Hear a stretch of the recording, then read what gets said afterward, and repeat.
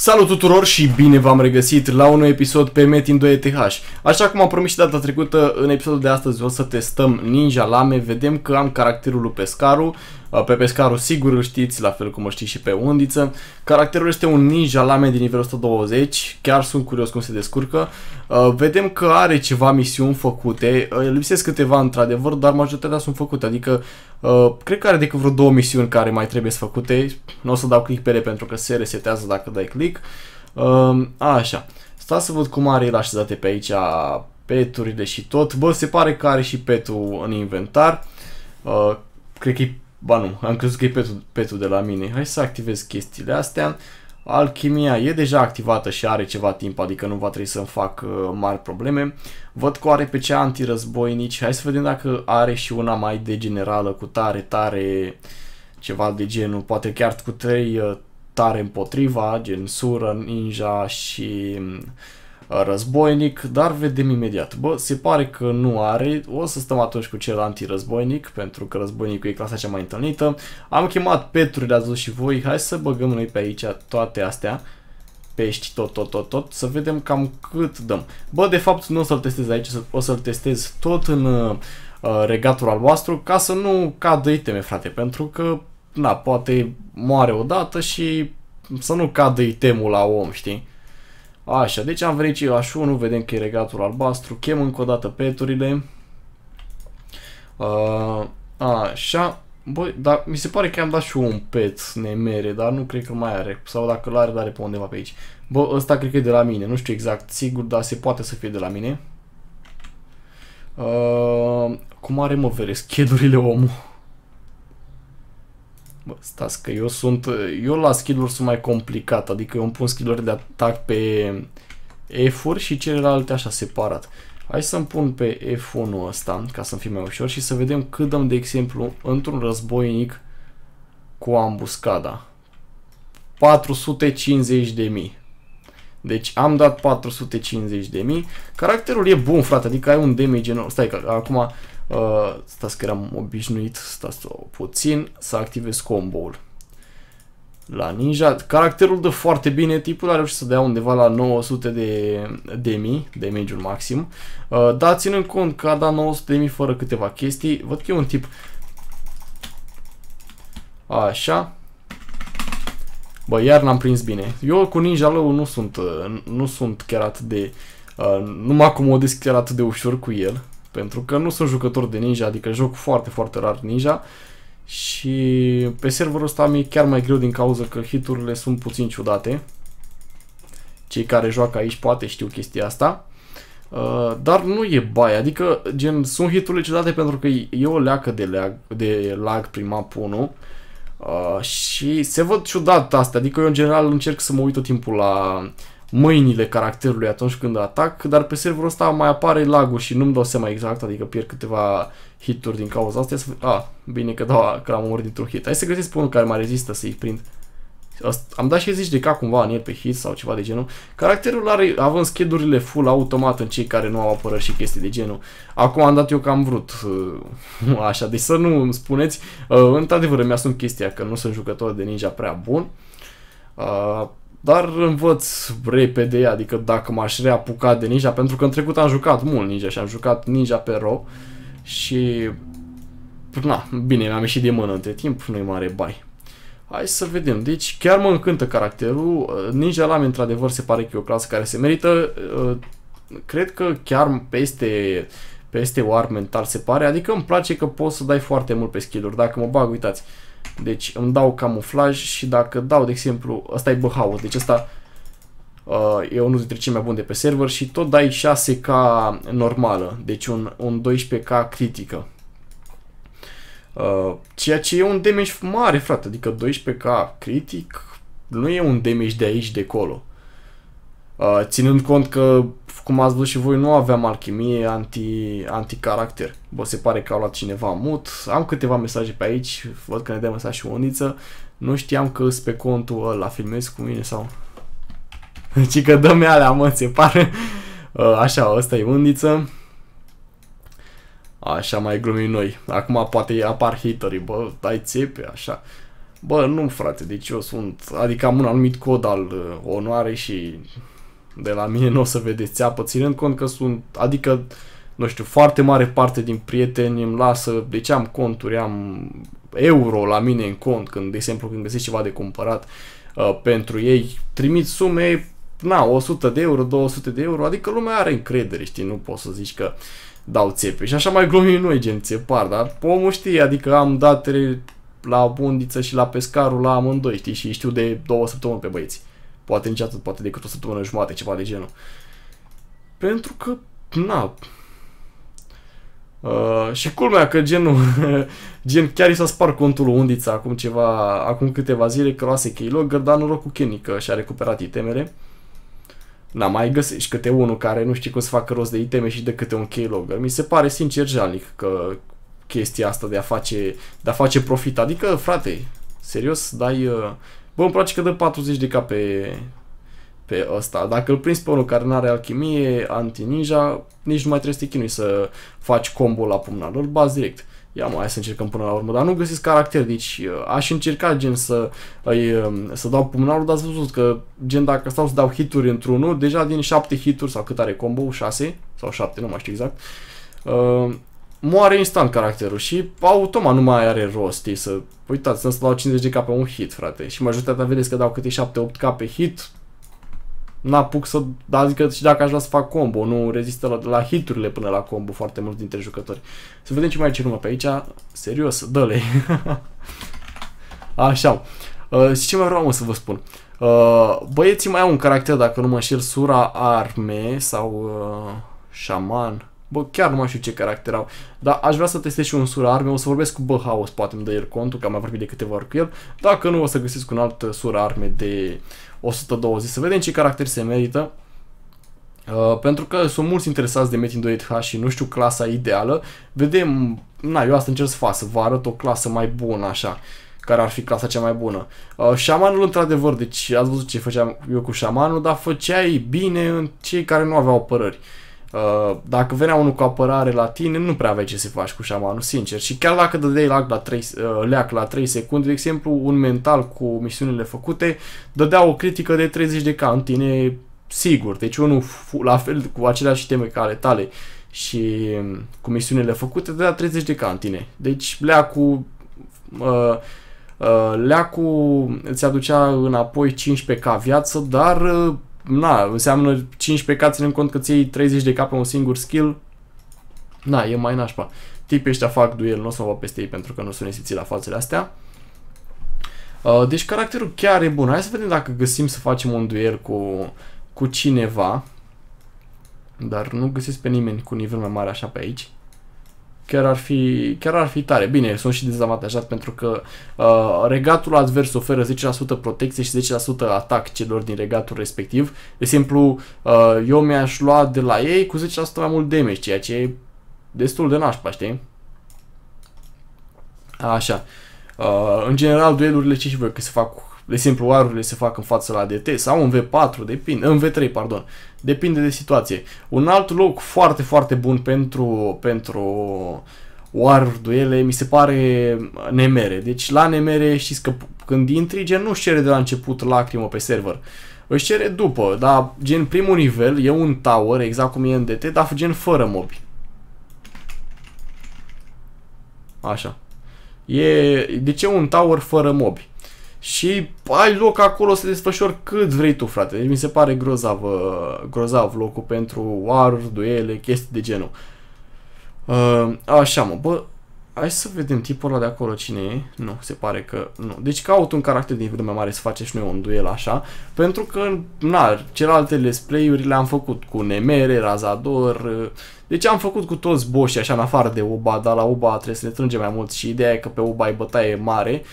Nu e ca la Nemere să ai acces tot timpul. La Uba e cu timp, cu dase și lumea stă la el, adică sunt jucători care stau la el în continuu, știi, și nu... Bă, în tipul ăsta cât dau, sunt curios dacă ar ține. Pardon, scuze. Deci ați văzut că am dat decât un hit odată să văd dacă ar ține gen să pot să ajung până la combo, la pumnal.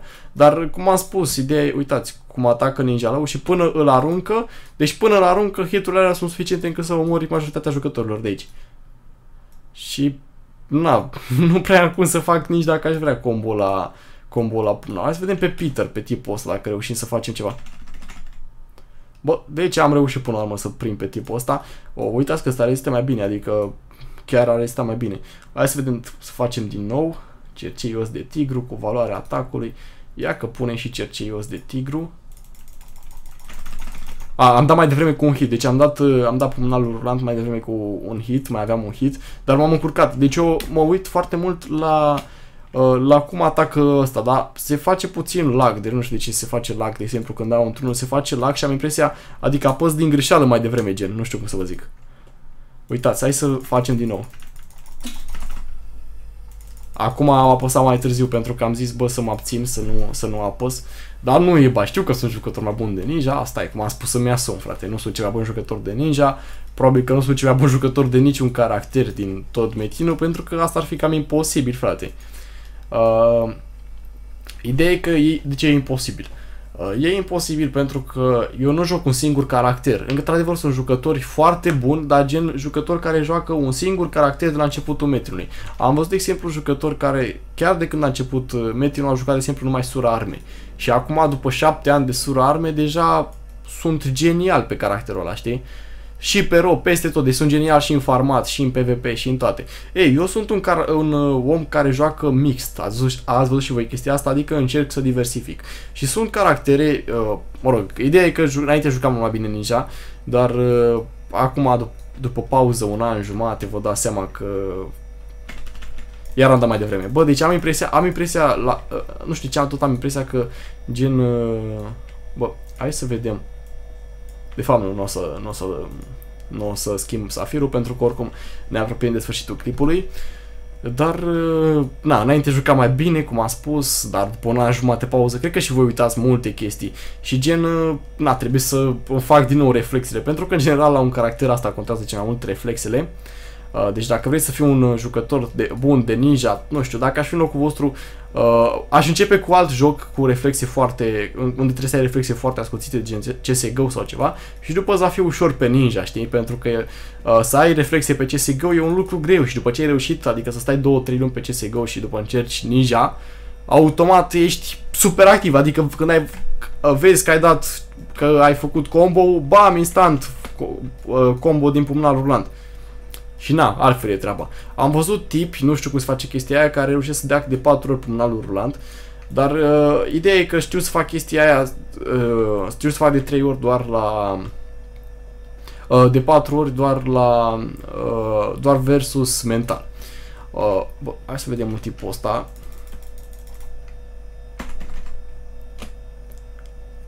Așa. Bă, dar dă bine, frate, pe skill-ul, deci chiar dă bine ninja lău. Bă, și cam atât cu acest episod. În episodul viitor, cum am spus, o să încerc să fac rost de măsura. Dacă nu reușesc să fac rost de măsura pe care să joc. Cum vi s-ar părea ideea, gen, să jucăm din nou pe ninja sau pe ce caracter vreți să jucăm? Uite, tipul fiind jucător de ninja, automat știa ce are de făcut și mi-a prins rulantul din prima. Eu nu sunt chiar atât de... Bă, și cam atât cu acest episod, deci eu am fost Olozor și vă urez tuturor multă baftă. Pa, fraților, pa!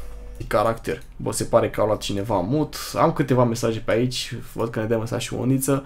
Nu știam că sunt pe contul ăla, filmez cu mine sau... Ci că dă-mi alea, mă, se pare. Așa, ăsta e Undiță. Așa mai glumim noi. Acum poate apar haterii, bă, dai țepe, așa. Bă, nu, frate, deci eu sunt... Adică am un anumit cod al onoarei și de la mine nu o să vedeți țeapă, ținând cont că sunt... Adică, nu știu, foarte mare parte din prieteni îmi lasă... Deci am conturi, am euro la mine în cont, când, de exemplu, când găsesc ceva de cumpărat pentru ei, trimit sume, 100 de euro, 200 de euro, adică lumea are încredere, știi, nu poți să zici că dau țepe. Și așa mai glumim noi, gen țepar, dar omul știe, adică am datele la Bundiță și la Pescarul la amândoi, știi, și știu de 2 săptămâni pe băieți. Poate nici atât, poate decât o săptămână jumate, ceva de genul. Pentru că, na... și culmea că genul, gen chiar i s-a spart contul lui Undița acum câteva zile că luase keylogger, dar noroc cu Kenny că și-a recuperat itemele. Na, mai găsești câte unul care nu știe cum să facă rost de iteme și de câte un keylogger. Mi se pare sincer jalnic că chestia asta de a face profit. Adică, frate, serios, dai... Bă, îmi place că dă 40 de k pe ăsta. Dacă îl prinzi pe unul care nu are alchimie, anti-ninja, nici nu mai trebuie să te chinui să faci combo la pumnal. Îl bazi direct. Ia mă, hai să încercăm până la urmă. Dar nu găsesc caracter, deci aș încerca gen să dau pumnalul, dar ați văzut că gen dacă stau să dau hituri într-unul, deja din 7 hituri sau cât are combo, 6 sau 7, nu mai știu exact, moare instant caracterul și automat nu mai are rost, să uitați, să dau 50 de k pe un hit, frate, și majoritatea vedeți că dau câte 7-8 k pe hit, n-apuc să, adică și dacă aș vrea să fac combo, nu rezistă la hiturile până la combo foarte mulți dintre jucători. Să vedem ce mai ce pe aici, serios, dă-le. Așa, și ce mai vreau să vă spun, băieții mai au un caracter, dacă nu mă înșel, Sura Arme sau Șaman. Bă, chiar nu mai știu ce caracter au, dar aș vrea să testez și un Sura Arme, o să vorbesc cu BH de mii. Caracterul e bun, frate, adică ai un damage enorm. Stai că acum, stați că eram obișnuit, stați puțin, să activez combo-ul. La ninja, caracterul dă foarte bine, tipul a reușit să dea undeva la 900 de mii, damage-ul maxim. Dar ținând cont că a dat 900 de mii fără câteva chestii, văd că e un tip.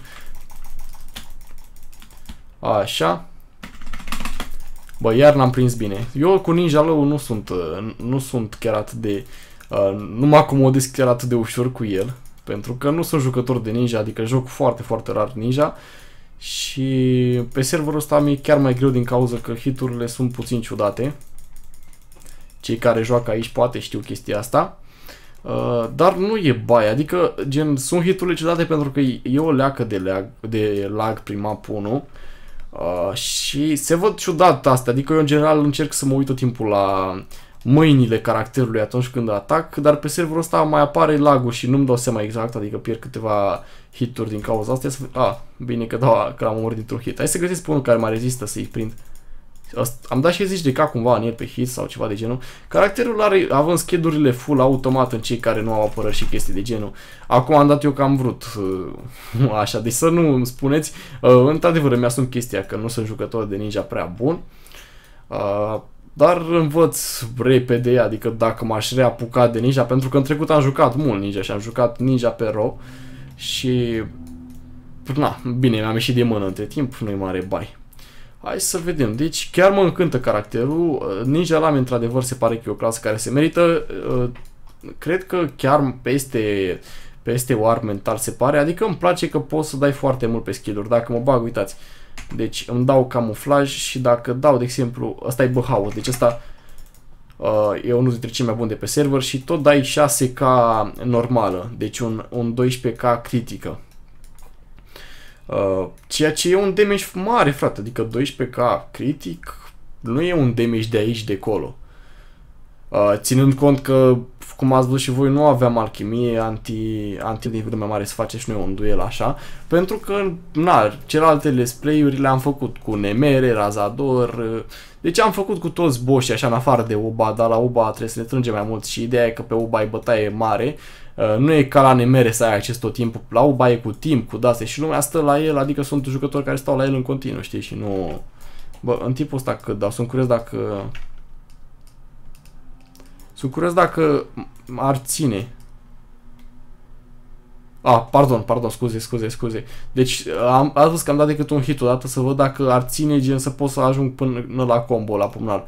Dar, cum am spus, ideea e, uitați, cum atacă ninja lău și până îl aruncă, deci până îl aruncă, hiturile alea sunt suficiente încât să omori majoritatea jucătorilor de aici. Și, na, nu prea am cum să fac nici dacă aș vrea combo la pumnal. Hai să vedem pe Peter, pe tipul ăsta, dacă reușim să facem ceva. Bă, deci am reușit până la urmă să prind pe tipul ăsta. Uitați că ăsta rezistă mai bine, adică chiar a rezistat mai bine. Hai să vedem, să facem din nou cerceios de tigru cu valoarea atacului. Ia că punem și cerceios de tigru.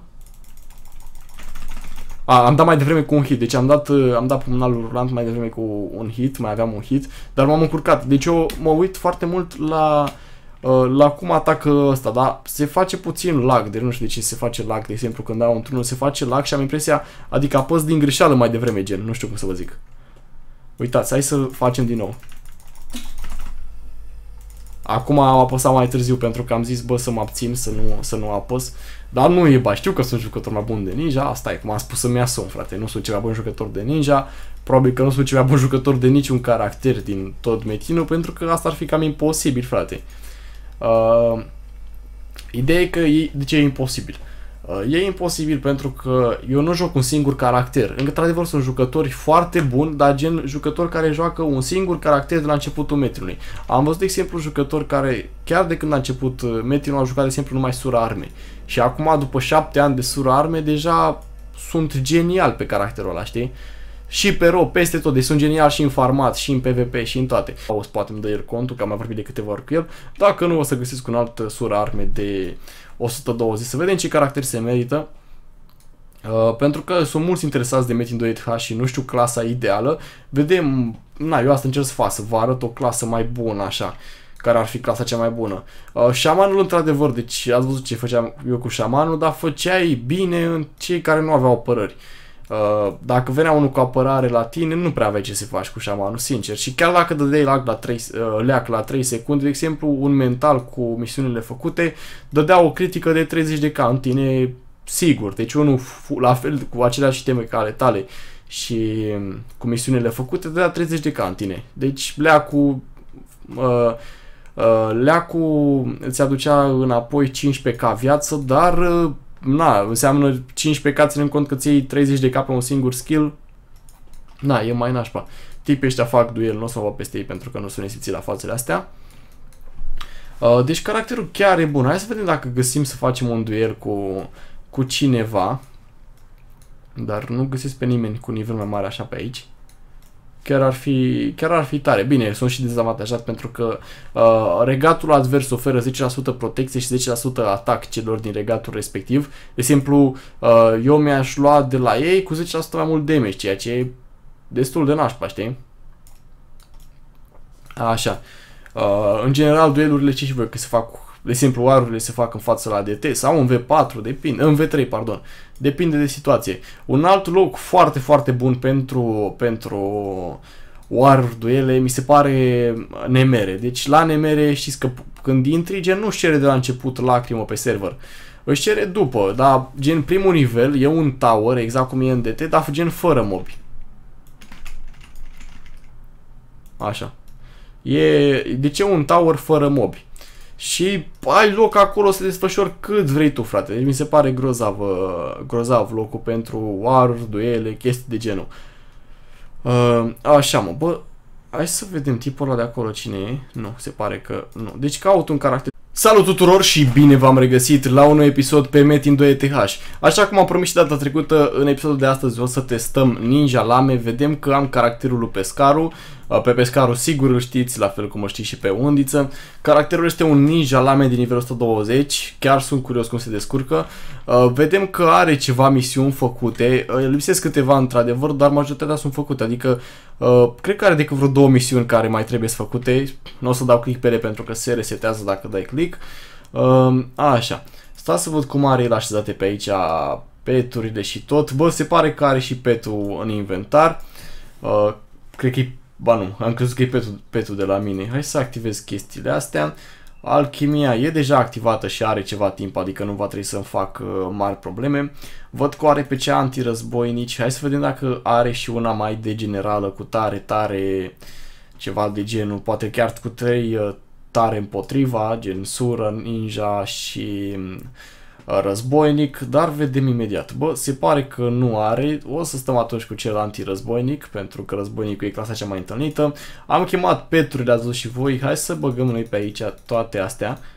Pești, tot. Să vedem cam cât dăm. Bă, de fapt nu o să-l testez aici, o să-l testez tot în regatul albastru, ca să nu cadă iteme, frate. Pentru că, na, poate moare odată și să nu cadă itemul la om, știi?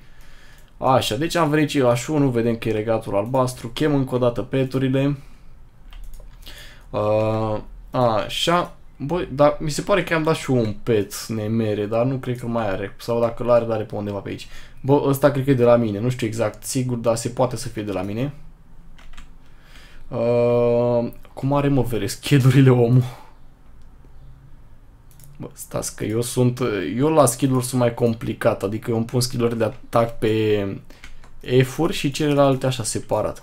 Hai să-mi pun pe F1 ăsta, ca să-mi fie mai ușor și să vedem cât dăm, de exemplu, într-un războinic cu ambuscada. 450.000. Deci am dat 450.